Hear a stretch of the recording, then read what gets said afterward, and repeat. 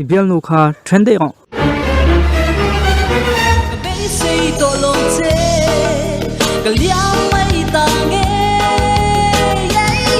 inin ka that le that lo kha thil pek that le that lo wai nga chuan mai chau chon thil pek chun lom ve ka lom te ngo le ngo te phe chon thil pek chun lom lu tu ka ama ko chu na kan soi om zia zo ka chuan inin ka that le that lo kha thil pek that le that lo wai nga tem ti khang ai to la hey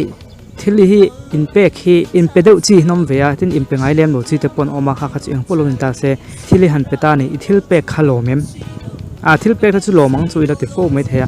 ma ko status ate mang chiam chiam em a thian te bula he gan chumi min pek tu ne kan pa min pek ne tin a so vek thrin em ti te so ching em ti te khang zung zung kha chut la thati ang thil pek lom deu ang chi ni kha chuan then khang ai tu kha a poi lo mai the ni a chan chu nang ma ai ni thil pek kha alom ti kha ka fel du chea tu na chu ni la oi lo mai thea nakin zera kha ibial nu kha du tu mel tha de tu te po an lo la om ve chho zerang chung te chuan thilan la pe ve zel don tho thil pe kan lom viau hi chuanin a to pa to wa chuan thil pe tu na na hi chu atlan na zo ka hinan tang le nge nge to pa chuan ke ma ni buk kan lang le nge nge thina ni tian ni khiaten chu wang chuan thil pe pe tha thei deu a kha tiang kha a to pa chuan an thlang le nge nge thin chu wang chuan thil a ka pe tha ve zel me ngi ti ni chuan kha chu i pe phot chuan a poi chuang lawa tin chumi zul zui dewa chuan kan soitel duwa chuan in kop tat mai nia ngai saka nga em mai che hena tlang puin a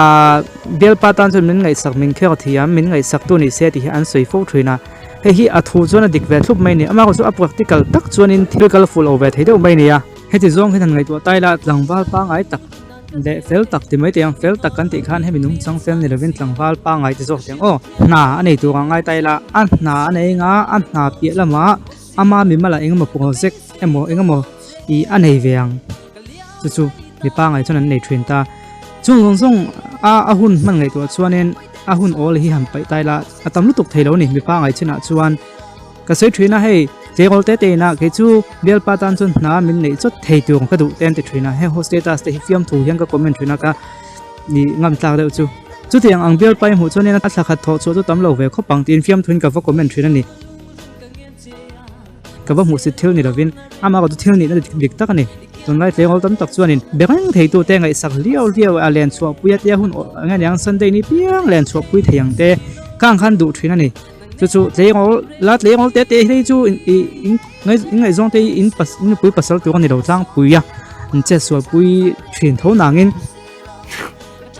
no pui pasal to ta kan ni lo wangin kha chu kan huam tel vak lo ma ko chu I nurat lang wal pa ngai to china chuan khati ang ngai sakang thei tu che len chuak pui de rang thei tu che le khati ang rang thei tu che kha chu han chut neu la a thla khat tho chuak kha atam viau thei lo ni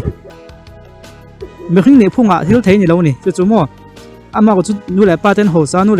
sa sa kan zo ni chuanin kha chu thu han lo ni le ta se man ang reng tak hi thla khat tho chu hi atam viau thei lo ni chu ni a mi papa ngai ma I na pa ngai nei ti mai teang khatiang ang nun pa ngai tak manga malam hun ngai tu taka chung ko chom na tu te khatiang ang sum le pa hai lu na ko nga than hem ngai tak tan chuan ngai zong na nei top phithil ha ve deu mai ni a kumena halo soi taw la tam tak chun ni khathiam nga tam tak chun ni min pial mai theya chumi ni wang chun mei changai sak ngai wang si ingai sak lo hlekamo a be se yang le du angza nei ngai sak lawa iding ka a chele ha zera ni chuan thlen mai kha thani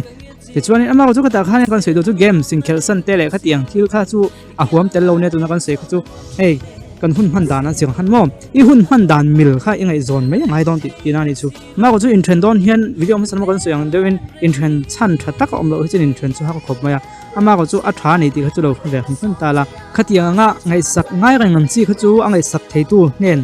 akal tir mai kha thata am hmangai lo che poni chuang lovin I hun man dan le ami padu dan kha ain mil lawa tong lo tu in tong ani chu chu nakina apuak ke don tho thowa chu wang chuanin ton video kan sei chu video ma sanama khanin ibial pa kha then mai ro ti kan sei chat me ibial pa kha then ro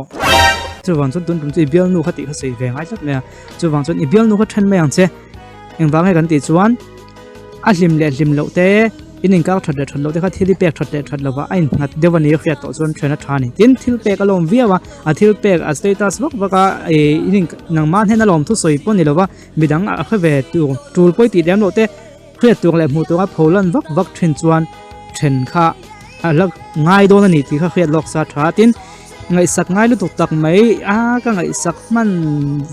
zan lo deu ni ti ang chi kha ani chon in then kha a tha te mai tiang comment la ma khain ngen ngai dan lo soi taw la kan bu tok phatang o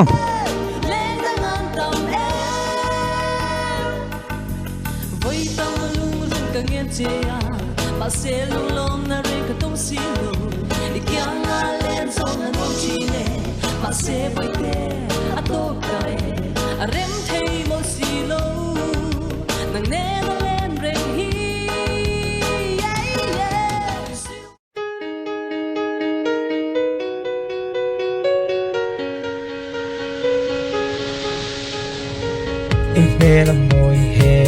sen ka hay lo ve zun in zut ve ma se ka tan chuai